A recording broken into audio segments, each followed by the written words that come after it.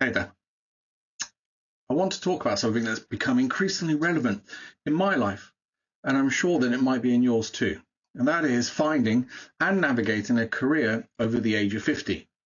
Now, I'm going to be honest with you, this isn't the easiest conversation that we can have, but it's real. It's also honest career advice that sometimes I wish people may have shared with me when I was slightly younger. I am going to be upfront. I've been there and I've applied for jobs where, after years of hard work and experience, I was told, hang on a minute, you're overqualified. Well, what does that mean? How can I be overqualified? It's a word that can make you feel all of those years and experience and growth somehow work against you. It's very frustrating. It's very frustrating. And to be honest, it can really take a hit on your confidence.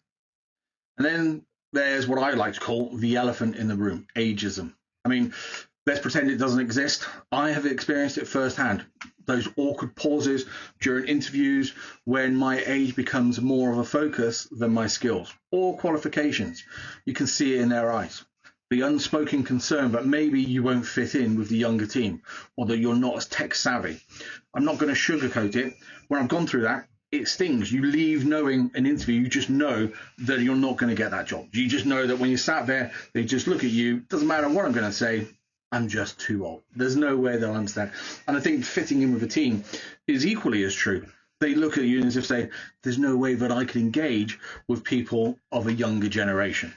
But sometimes I've learned, that our experience is a superpower. I mean, sure, I've had people that have come to me because they've assumed, they wrote me off because, I'm too qualified. The assumption is I'm too experienced and I wouldn't adapt to new ways of doing things. But I've also realized that those decades of my work have given me something that many younger workers simply don't have. That's resilience, problem solving, and the ability to navigate, change. Obviously, you don't get through 20, 30, and 40 years of a career without learning a thing or two about perseverance. And I think when they look at you, sometimes you get, well, why would they want that job? Why is he here trying to get that job? He's only in it for the short period, and then he's going to leave quite quickly. And sometimes people don't get that actually you're just there for the job. You want to do the best you can, and the job seems really interesting for you. I've mentioned overqualified before, and you know what that really means.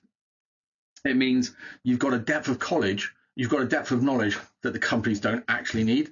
They just don't realize it. Instead of seeing it as a disadvantage, I've learned to reframe it. When I'm told that, listen, you're way overqualified, why would you want that role? Then what I've had to do is I've had to explain that it's a chance, how it makes me more adaptable, how it makes me more creative and quicker at solving problems. So I think when I get that, and I get it a lot, that you're overqualified. If I'm recruiting for a company and I'm placing in somebody like myself, and they get, well, they're a bit overqualified, then I always like to reframe it and show the strengths of that. But I think, certainly at my age, you always get that, you're overqualified, you're too experienced. I get that given to me, and I've had that so many times. It's now, how do I reframe that and turn that into an advantage? I guess what I'm saying is, the journey over 50 is not easy, but I do believe that that there is an opportunity. I think there is an opportunity out there for us, and that we sometimes think that we're going to have to face more doors closed in our faces than sometimes we're aware of. But sometimes there are doors that are always opening for us to walk through. And I think it's, don't be disheartened and don't give up. I think the first time when I got made redundant, I think I applied, well over 600 jobs across the UK, across the Europe, in America, and it was just rejection after rejection after rejection. And you kind of think, what is wrong? What is me? And you've got to look at these, really sort of be honest with yourself and say, was it the right job for me to be going at? How can I have learned that? And I always think, when I go through these now, it's feedback. How can I change for the next role? If this isn't the right role, then it wasn't meant to be. It's something that I've learned that, we have to change and adapt, and, feedback for me. So feedback is the breakfast of champions in these cases.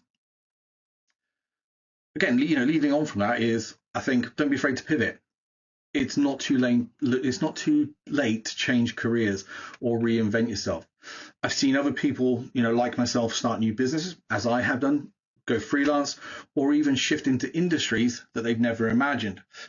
And again, I think that was, in my last role, which was in the construction as a country talent person, we can teach people skills. Attitudes are slightly different and behaviors, whereas we openly engaged and recruited older generations like myself who were looking to pivot, who were looking for another skill set. It's another career opportunity. So I think for me is, have a look at pivoting. On the flip side of that, the organizations have to be open to giving people new skill sets as well. So I think that's, if the company's not open to it, then at some point your values and their values may not be aligned. So I think if you're struggling, I get it. So I've been there. I'm still navigating it myself. So I suppose I'm just putting myself out there to say, believe in what you do and what you bring to the table. And don't let anybody tell you you're too old, you're too overqualified, you're too experienced.